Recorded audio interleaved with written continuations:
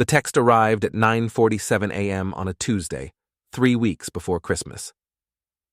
We want to have a peaceful Christmas with our in-laws this year. Hope you understand. Love you. I stared at my phone screen for a long moment, sitting in my truck outside a property I was scheduled to inspect. The engine ticked as it cooled. Outside, gray November clouds pressed down on the Connecticut suburbs like a lid on a pot. Translation: Dad, please don't ruin their curated holiday aesthetic with your existence. I'm 52 years old. I've been a property inspector for 26 years. I know how to read between the lines of what people say versus what they mean. When a homeowner tells me that stain has always been there, I know it appeared last Tuesday. When my daughter tells me she wants a peaceful Christmas, I know what she really means. She means I'm an embarrassment. I type back, "Enjoy yourselves." 1 exclamation point. Friendly, but not desperate. I've learned that much about digital communication from my kids. Too many exclamation points, and you look unhinged. None at all, and you seem angry. 1 is the sweet spot of forced enthusiasm. I shoved the phone in my pocket and grabbed my inspection kit from the passenger seat. The house I was about to check was a 1970s split level with what the realtor had diplomatically called deferred maintenance. That meant the roof leaked, the foundation had cracks, and somewhere in the basement there was probably black mold having a party. My name is David Brennan. I inspect houses for a living, which means I spend my days in crawl spaces and attics, finding the things people would rather pretend don't exist. It's made me pretty good at spotting lies. Buildings lie all the time. Fresh paint over water damage, new carpet over rotted subflooring, a pretty facade hiding structural disaster. People lie the same way. The inspection took 3 hours. The house was worse than I expected. The main beam in the basement had termite damage. The electrical panel was a fire hazard. The water heater was older than my daughter. My daughter, Emma, 28 years old, married to Bradley for 3 years now. Bradley works in finance.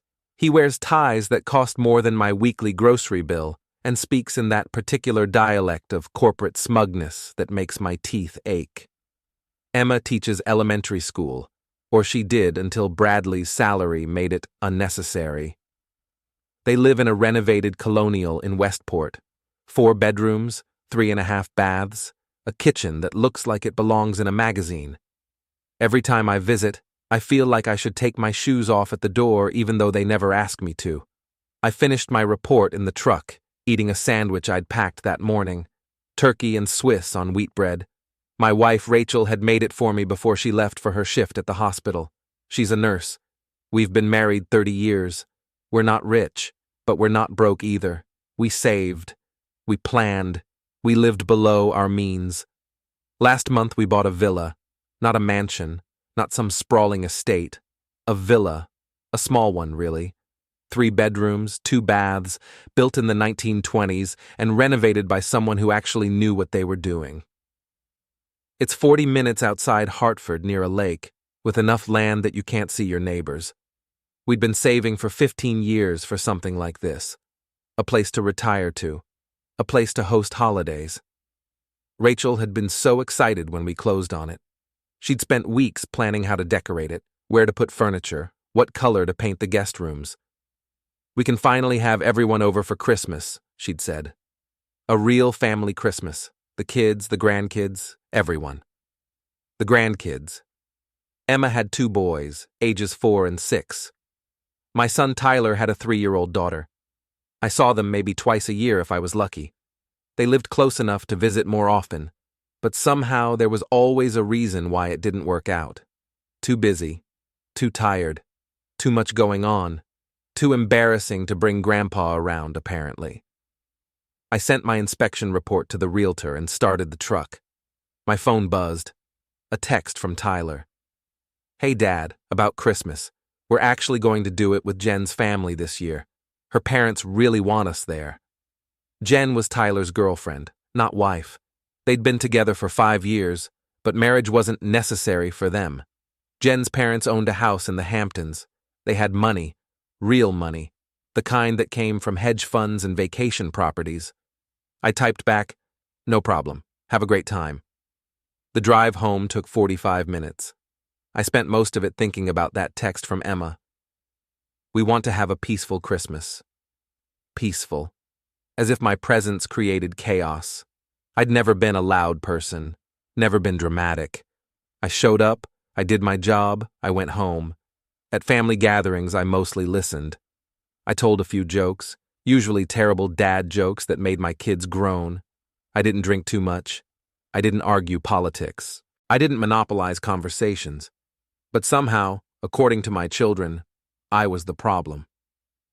Rachel was in the kitchen when I got home. She was still in her scrubs, chopping vegetables for dinner. She looked tired. The hospital had been understaffed for months, and they kept asking her to pick up extra shifts.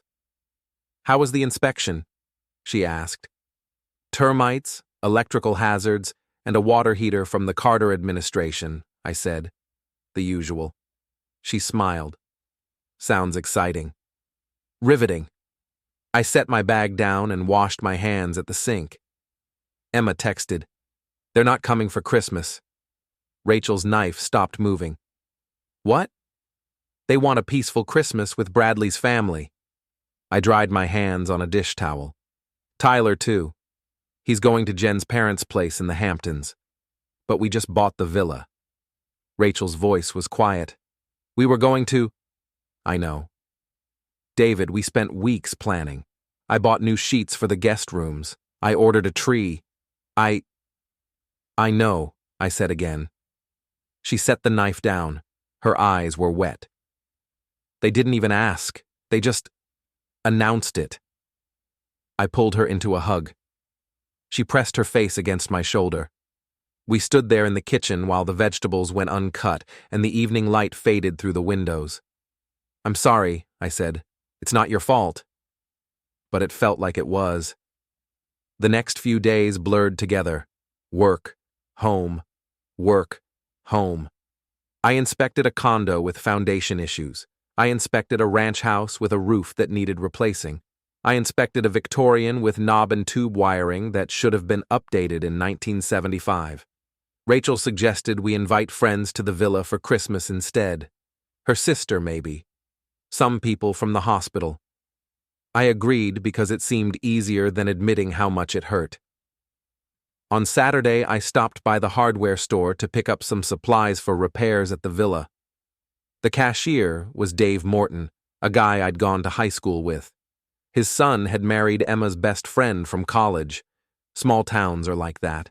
Everyone's connected by 6 degrees of gossip. "Hey, David," Dave said as he rang up my purchases. "Heard about the new place. Nice score." "Thanks, we're pretty happy with it." Emma must be thrilled. Finally got that vacation house she was always talking about in high school, right? I froze with my credit card halfway to the reader. "What?" "You know how she always said she'd have a vacation house someday, like her friend Brittany's family had." Dave handed me my receipt. "Good for her that you guys could make it happen." I walked out of the hardware store in a daze. Emma had been talking about the villa to people as if it was hers. I sat in my truck in the parking lot and called my brother-in-law, Steve. He's married to Rachel's sister. He's also the biggest gossip I know, which usually irritates me, but right now made him useful. "Steve, have you heard anything about Emma and the villa?" "Oh man, yeah." Steve laughed. "She's been posting about it online, making it sound like you guys bought it for her, basically. So grateful for my amazing parents and all that. Very humble." My jaw clenched. "She's posting about it?" "On that Instagram thing. You're not on there, are you?" "Anyway, yeah, she's milking it for likes. Bradley's family must be eating it up."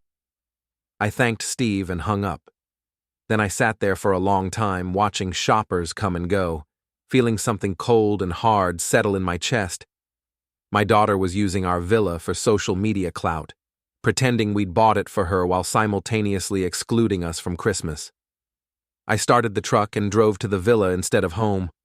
It was a 40-minute drive through back roads that wound through forests and past farms. The villa sat at the end of a gravel driveway, surrounded by maple trees. It was beautiful in that understated New England way. White clapboard siding, black shutters, a wide front porch with rocking chairs. Rachel had been working on the interior. The walls were painted warm colors, she'd hung curtains and arranged furniture. The kitchen had new appliances and butcher block countertops. The living room had a fireplace that actually worked. I walked through the empty rooms and felt that cold, hard thing in my chest grow heavier. This was supposed to be our place, our reward for 3 decades of work and saving and planning, and my kids had decided it was an embarrassment. My phone buzzed, a text from my cousin Linda. Saw Emma's posts about the villa. So generous of you to buy that for them. Must be nice to have family money like that. Family money. We didn't have family money.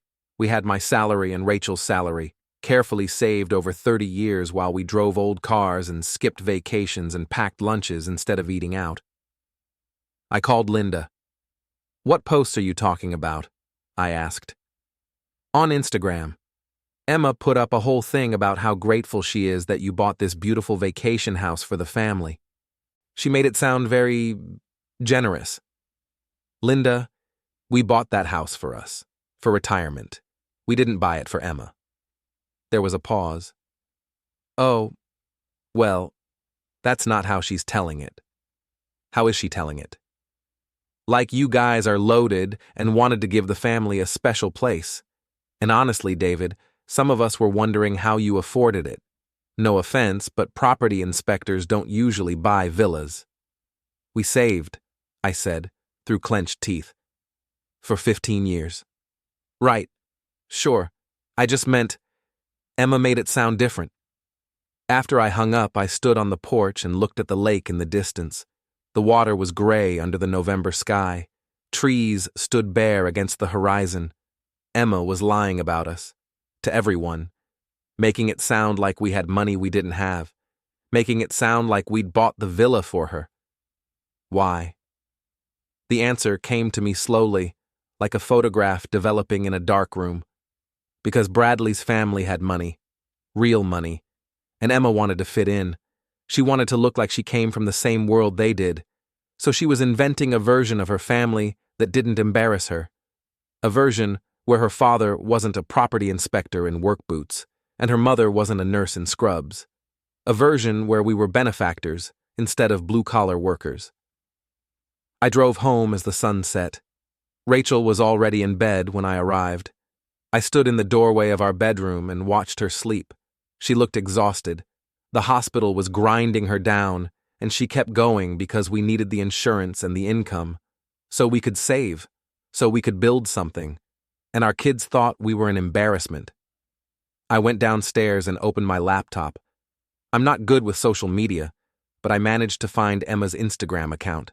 It was set to public. Anyone could see it. And there it was, a photo of the villa taken from the front.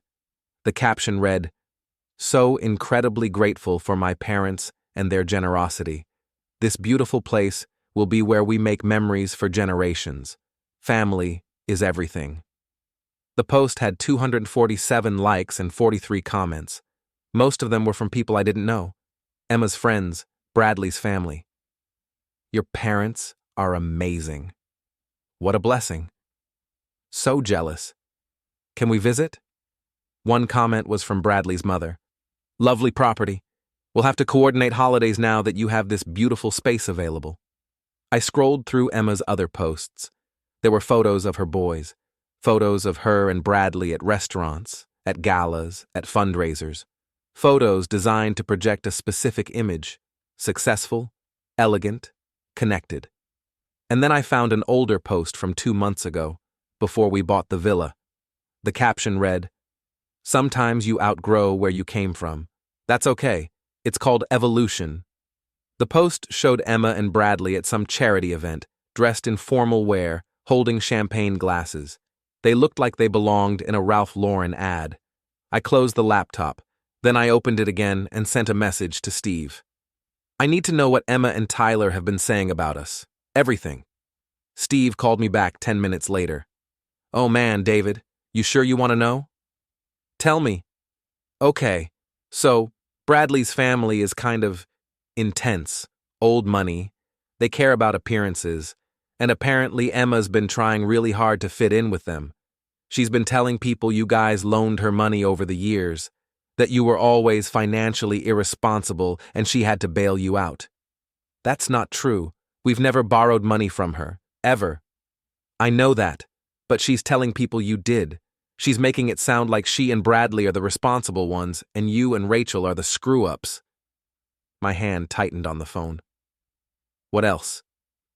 Tyler's been doing the same thing with Jen's family, saying you guys are emotionally unstable, that you're difficult to deal with, that they have to keep their distance for their own mental health.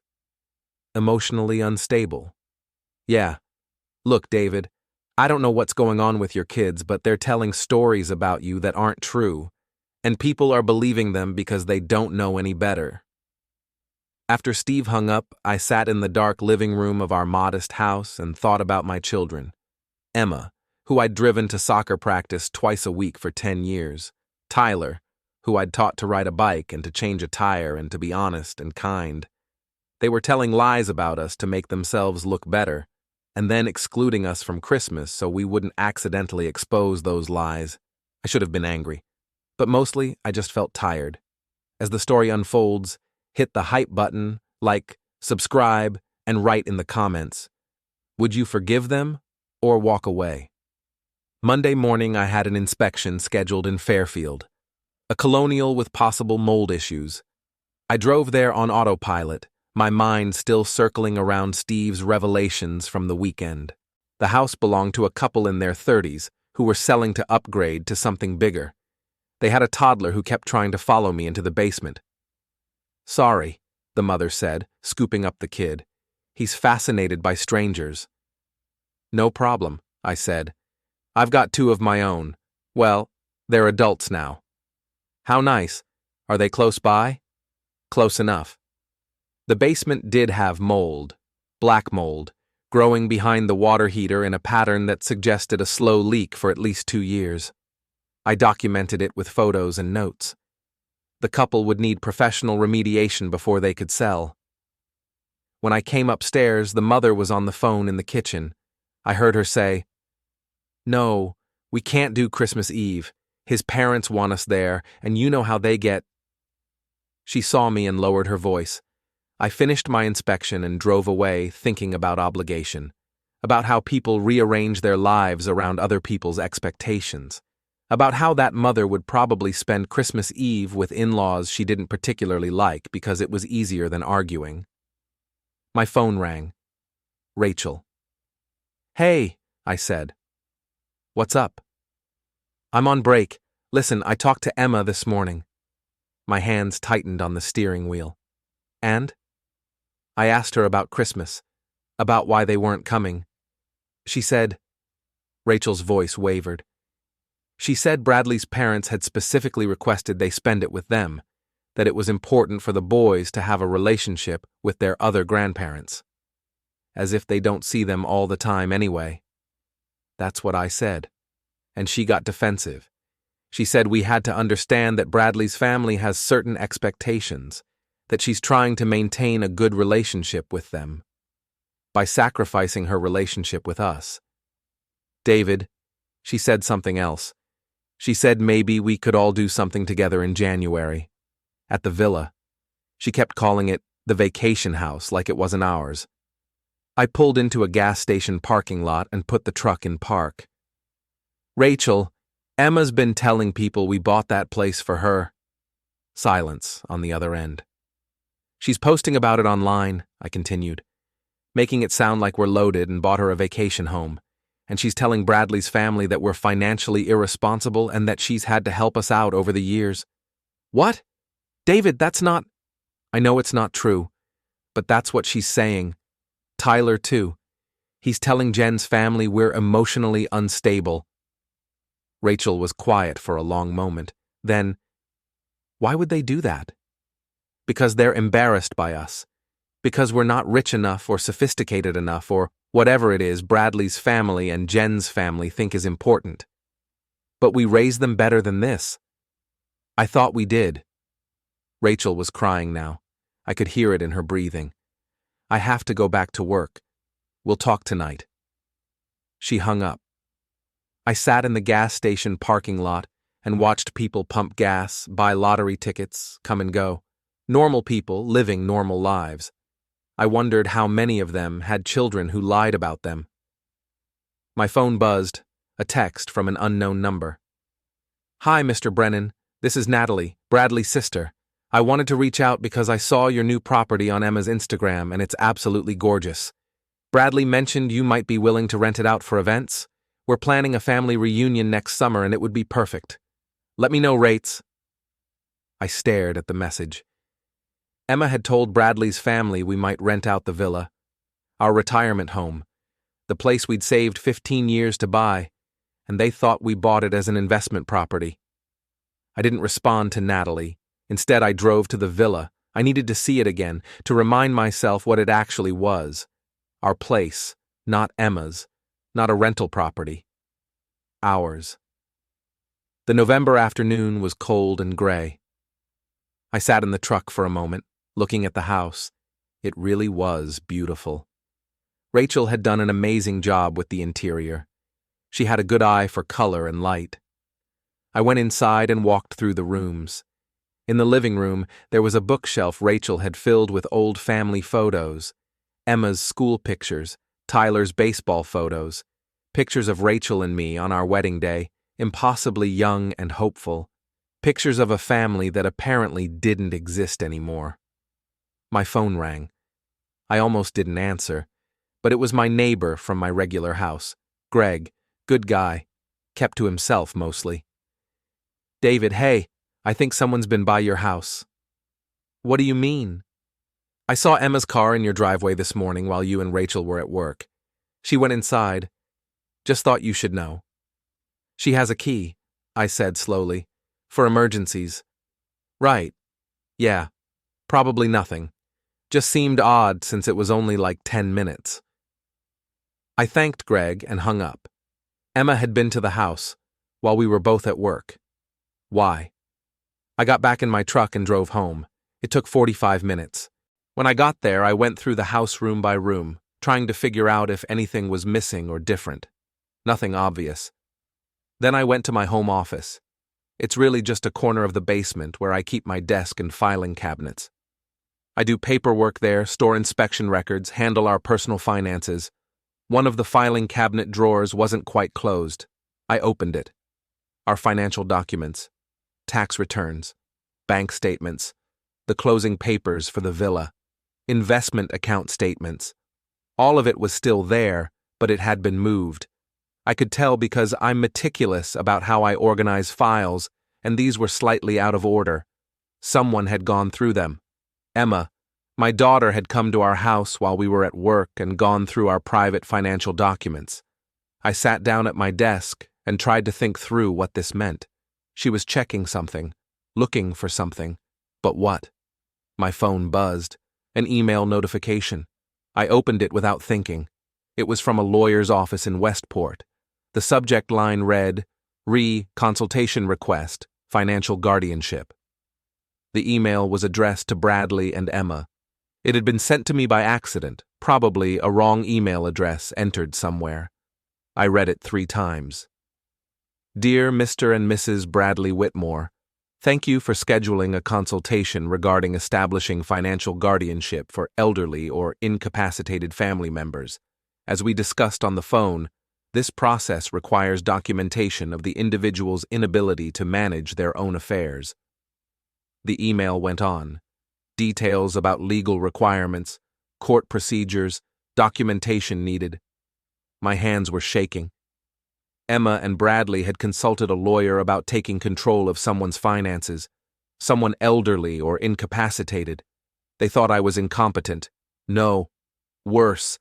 They were planning to have me declared incompetent so they could control my money. I sat there in my basement office, staring at the email on my phone, while something cold and sharp crystallized in my chest. My daughter wanted to take my money. That's what this was about. The lies about us being financially irresponsible. The stories about them having to bail us out over the years, the inspection of our documents. All of it was building a case. They wanted the villa, they wanted our savings, they wanted control, and they were laying the groundwork to make it legal. I forwarded the email to myself from 3 different addresses, just to be sure I had copies. Then I called Steve again. I need you to tell me everything you know about what Emma's been saying. Every detail. Every conversation. Everything. Jesus, David, what's going on? Just tell me. Steve let out a long breath. Okay, so. At Thanksgiving last year, Emma was talking to some of Bradley's family. I overheard part of it. She was saying how worried she was about you, that you'd been making bad financial decisions, that she was afraid you were going to lose everything. We weren't making bad decisions. I know, but that's what she said. She made it sound like you were impulsive and irrational, like she was the only thing standing between you and financial ruin. What else? She said Rachel was enabling you, that Rachel should be more firm with you but she was too soft, that the 2 of you together were basically a disaster waiting to happen. I closed my eyes. Keep going. At a wedding this summer, I heard her talking to Tyler about putting together some kind of intervention, about how you guys needed help managing your money before you screwed everything up. Tyler agreed with her. They were talking about it like it was already decided. An intervention. Yeah. Like you were addicts or something. It was weird, man. They talked about you like you weren't people, like you were just problems that needed to be managed. After we hung up, I went upstairs. Rachel's car wasn't in the driveway yet. She was working a double shift. I made coffee and sat at the kitchen table. My children had been planning this for months, maybe longer. They'd been carefully constructing a narrative that we were incompetent. They'd been telling lies to our extended family, to their friends, to their in-laws, building a case, creating witnesses who would testify that yes, David and Rachel Brennan clearly couldn't handle their own affairs, and then they'd plan to swoop in with lawyers and guardianship papers and take control of everything we'd built.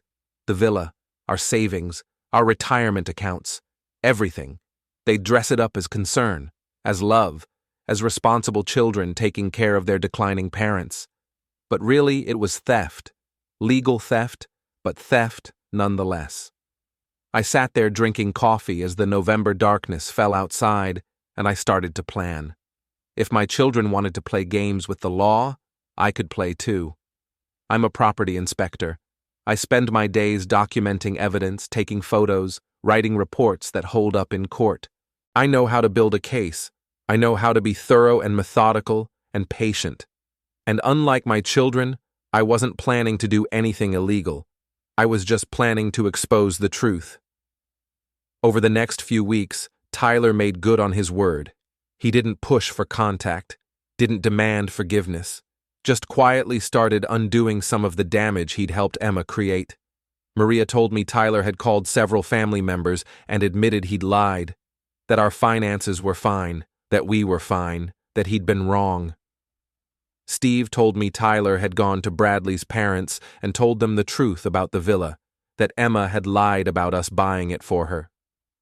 Rachel's friends at the hospital reported that Tyler had stopped by to apologize to Rachel, though she'd been in surgery and couldn't see him. He left a letter. He was doing the work. Slowly, cautiously, I started to soften toward him. We met for coffee again. Then lunch. Then he came to the house for dinner. Just him and Jen. It was awkward and tense, but we got through it. Rachel cried when she hugged him. I missed you so much. I'm sorry, Mom, I'm so sorry. Emma, meanwhile, had gone silent. Completely silent. No calls, no texts, no attempts at contact. Steve heard through the grapevine that she and Bradley were seeing a marriage counselor, that the stress of everything had damaged their relationship. I felt no sympathy. March arrived with rain and the first hints of spring. Rachel started planning her garden at the villa. Tyler came to help us with some repairs on a Saturday. It felt almost normal, but Emma's silence bothered me. People don't just give up, especially not people like Emma, who'd spent months planning and scheming and manipulating. Her silence felt tactical, strategic, like she was planning something. I mentioned it to Patricia. I don't trust this. Emma's too quiet. She might have actually given up. You destroyed her credibility. Tyler turned on her. The police warned her. Maybe she realized she lost. Or maybe she's regrouping. Stay vigilant, but don't let paranoia consume you. On March 15th, my instincts proved right. I got a call from a realtor. Mr. Brennan, I'm calling about your property listing. What property listing? The villa on Lakeview Drive. You listed it for sale 3 days ago. I did not list that property. But we have the listing agreement right here. Signed by you. Digital signature. That's fraud. I never signed anything. Take the listing down immediately. I called Patricia. She called the realtor's office. Within an hour, the listing was removed, but the damage was done. Several people had already called about viewing the property. Emma, I said to Patricia, she must have forged my signature somehow. That's a serious crime. You could press charges. Do it. Patricia contacted the police. They opened an investigation into identity fraud and forgery.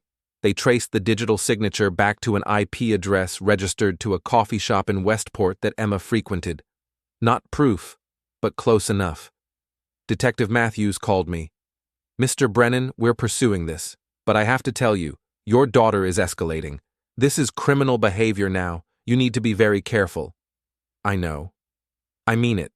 Get a restraining order. Document everything.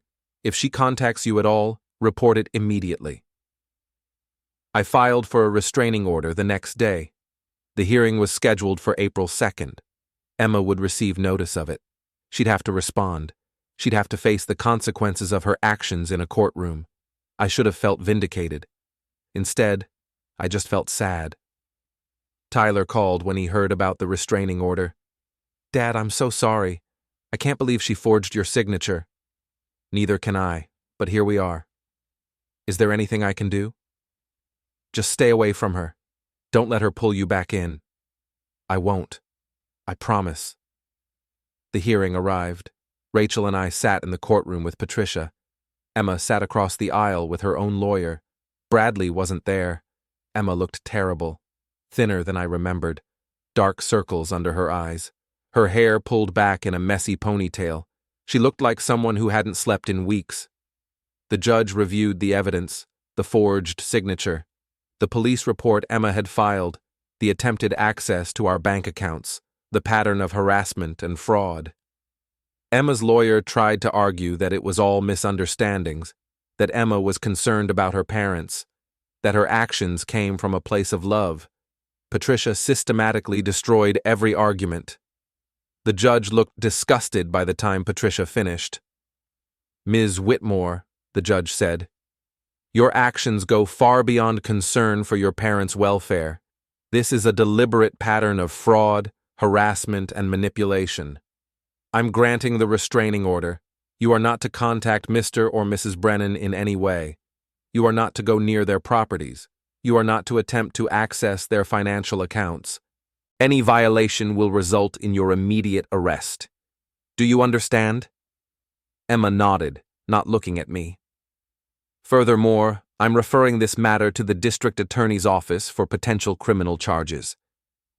Emma's lawyer stood. Your Honor.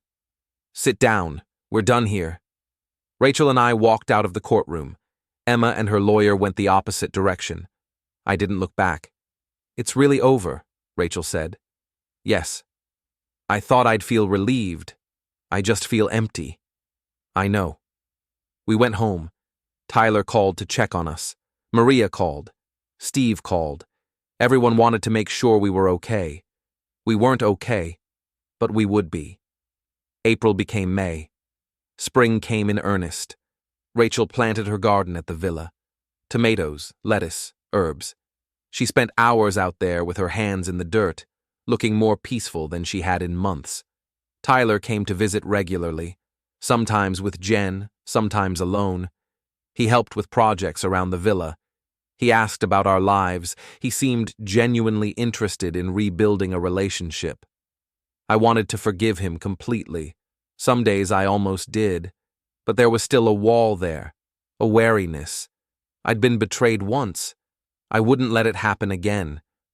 On May 20th, I got an email from Emma. It violated the restraining order, but she sent it anyway. Dad, I know I'm not supposed to contact you. I know I've lost everything. My marriage is over. Bradley left. I lost my job because of the criminal investigation. Everyone in our family hates me. I deserve it all. I'm not writing to apologize or to ask for forgiveness. I know I don't deserve either. I'm writing because I need you to understand why. I've spent months in therapy trying to figure it out myself, and I think it comes down to this. I was so afraid of being ordinary, of being just another person with a regular life and regular problems. Bradley's family has so much money, so much success, so much everything, and I wanted to fit in with them. I wanted to be worthy of them. I wanted to be someone who mattered. I convinced myself that you and Mom were holding me back, that you were embarrassing me, that you were obstacles to the life I wanted. I was wrong about all of it. You're not ordinary, Dad. You're good. You're honest. You're kind. You worked hard your whole life and built something real.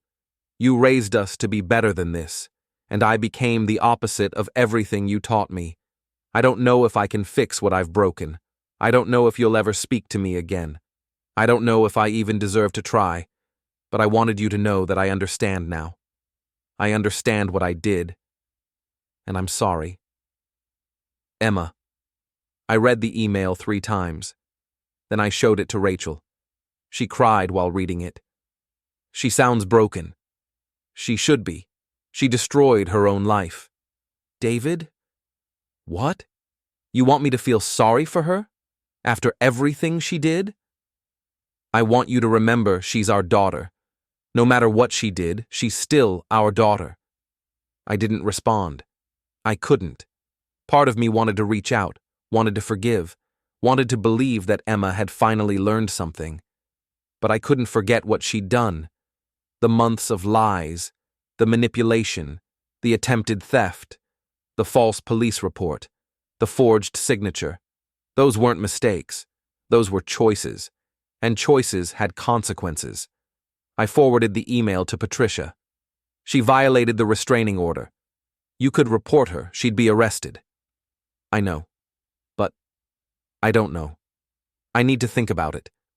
I didn't report her, not because I forgave her, but because I couldn't bring myself to have my own daughter arrested. That was my weakness. Or maybe it was my humanity. Summer arrived. Rachel retired from the hospital in June with a small party and a lot of tears. She'd worked there for 32 years. It was the end of an era. We spent more time at the villa. Rachel's garden flourished. I fixed the porch railing and repainted the shutters. We had friends over for dinners and barbecues. Maria and Steve came often. Tyler visited every few weeks. Life was good, or as good as it could be with a daughter-shaped hole in it. The criminal case against Emma dragged on. The district attorney decided to prosecute her for identity fraud and forgery. Patricia kept me updated, but I tried not to think about it too much. On July 12th, Tyler called. Dad, I need to tell you something. What's wrong? Emma contacted me. She wants to see you. She knows she can't. I know, but she's desperate. The trial's coming up and she's looking at possible jail time. Her lawyer suggested that if you were willing to drop charges or speak on her behalf, the judge might be more lenient. Absolutely not. Dad, Tyler, she tried to steal from us. She lied, she manipulated, she forged my signature. She doesn't get leniency. She's going to prison. Then she's going to prison. Tyler was quiet for a long moment. She's still my sister. And she's still the person who almost destroyed our lives. I'm sorry, Tyler. I know you love her, but I can't help her. I understand. After we hung up, I sat on the porch of the villa and thought about Emma. About the little girl who used to climb into my lap and ask me to read bedtime stories. About the teenager who'd come to me for advice about boys and college. about the young woman who'd asked me to walk her down the aisle at her wedding. Somewhere along the way, that person had disappeared. Or maybe she'd never really existed. Maybe I'd just seen what I wanted to see. Rachel came out and sat next to me. Tyler called me too. What did you tell him? The same thing you did, that we can't help her. Do you think we're being too harsh? Rachel was quiet for a long time. No, I think we're protecting ourselves. Emma made choices. She has to live with them. Even if it means she goes to prison? Even then. We sat there watching the sun set over the lake. It was beautiful. Peaceful. Everything we'd worked 30 years to achieve, and it was ours. On August 3rd, Emma's trial began. Patricia attended and gave me daily updates. The prosecution presented overwhelming evidence: the forged signature, the false police report, expert testimony about the fraud attempts. Emma's lawyer tried to paint her as a concerned daughter who'd made mistakes out of love. It didn't work. The jury saw through it. On August 7th, the verdict came in. Guilty on all counts. Sentencing was scheduled for September 15th. Tyler called me that night. He was crying. She's going to prison, Dad. I know. Doesn't that bother you? Of course it bothers me. She's my daughter, but she committed crimes. This is what happens when you commit crimes. She asked if you'd come to the sentencing, if you'd be there. No. Dad, please. Tyler, I can't. I can't sit in that courtroom and watch her be sentenced and feel anything but sad. And I'm tired of being sad. I'm tired of this whole thing. I just want to move on. She's your daughter. She stopped being my daughter when she tried to steal from me. I hung up. Rachel was in the kitchen making dinner. She'd heard the whole conversation. You're not going to the sentencing? No, are you? She shook her head. I can't. It would break me. Then we won't go. September 15th came. We spent it at the villa, working in the garden and trying not to think about what was happening in a courtroom 40 miles away. Patricia called that evening. 2 years. She got 2 years in minimum security, with parole possible after 1. Okay. She cried when they sentenced her. Asked for you.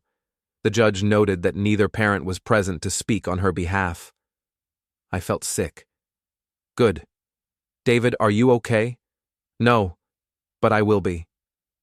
After we hung up, Rachel and I sat on the porch in silence. The September evening was cool and beautiful. The lake reflected the sunset in shades of orange and pink. 2 years, Rachel said quietly. Yes. She'll be out when she's 30. Yes. We'll have missed 2 years of our grandchildren's lives. I took her hand. We already missed most of their lives. Emma made sure of that. I hate this. I hate all of this. Me too. We sat there until dark. Then we went inside and went to bed in the guest room we'd been using as our bedroom. The house was quiet around us. In the morning, life would go on. It always did. October brought cooler weather and beautiful foliage. The villa was surrounded by trees that turned brilliant shades of red and gold. Rachel took hundreds of photos. We hosted a harvest party with friends and family. Tyler came and brought Jen. They seemed happy. Tyler pulled me aside at one point. Dad, I need to tell you something. Jen and I are engaged. That's wonderful. Congratulations. I want to have the wedding here, at the villa, if that's okay. I felt something warm in my chest. Of course it's okay. We'd be honored. Mom can help plan it, right? Since she's retired now? She'd love that. Tyler hesitated. Emma won't be able to come, obviously. I know. It feels weird, getting married without my sister there. I'm sorry, Tyler. I really am. But this is the consequence of her choices. Yeah, I know. The wedding was scheduled for next June. Rachel threw herself into planning with an enthusiasm I hadn't seen in months. She made spreadsheets and Pinterest boards and called vendors. It gave her something positive to focus on. Winter came. We hosted Christmas at the villa again. This time it was easier. Tyler was there, Maria and Steve and all our friends. The house was full of laughter and warmth and light. Emma wasn't there, but her absence didn't feel as sharp as it had the year before. Maybe we were healing, or maybe we were just getting used to the wound. On December 28th, Tyler pulled me aside. "Dad, Emma wrote me a letter from prison." "Okay." "She asked me to tell you something. She wanted you to know that she finally understands what she threw away, that she's sorry, that she hopes someday you might forgive her." "What did you tell her?" "Nothing yet. I wanted to talk to you first." I thought about it. Tell her I'm glad she understands, but forgiveness takes time, maybe someday, but not now." "That's fair." "Tyler, do you talk to her regularly?" "Once a month, on the phone. She's doing okay, working in the prison library, taking classes, trying to figure out her life." "That's good. Do you want me to stop talking to her?" "No. She's your sister. You should have a relationship with her if you want one. Just be careful. Don't let her manipulate you again." "I won't. I promise." January brought a new year.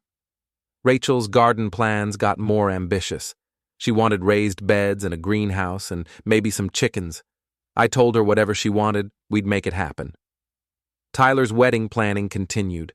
Rachel was in her element, organizing everything down to the last detail. Tyler and Jen were grateful to let her take the lead. Life went on. And slowly, without me really noticing, I started to feel okay again. Not happy, exactly. The loss of Emma still hurt. The betrayal still stung, but the acute pain had faded to a dull ache. I could breathe again. On March 1st, Patricia called.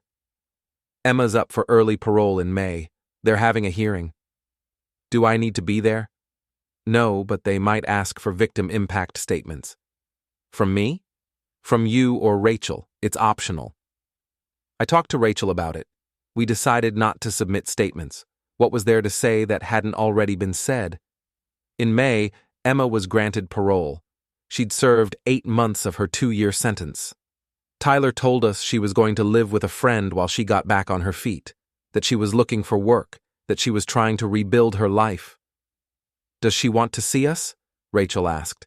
"Eventually, but she knows she needs to earn that. She's not pushing." Good.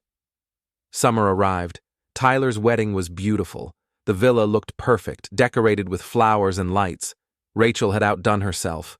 The ceremony was on the lawn overlooking the lake. The reception was under a tent in the backyard. I walked Tyler down the aisle. Well, technically he walked himself, but I stood with him while he waited for Jen. He was crying when she appeared in her dress, and that made me cry too. During the reception, Rachel pulled me onto the dance floor. We swayed together to some slow song while our son and his new wife danced nearby. "We made it," she said. "Yeah, we did. It wasn't what I expected our life to look like." "No, but it's still good. It's very good." We danced until the song ended. Then we went back to our table and watched Tyler and Jen cut their cake, and I felt something close to contentment. The wound Emma had left was still there. It would always be there, but it wasn't bleeding anymore.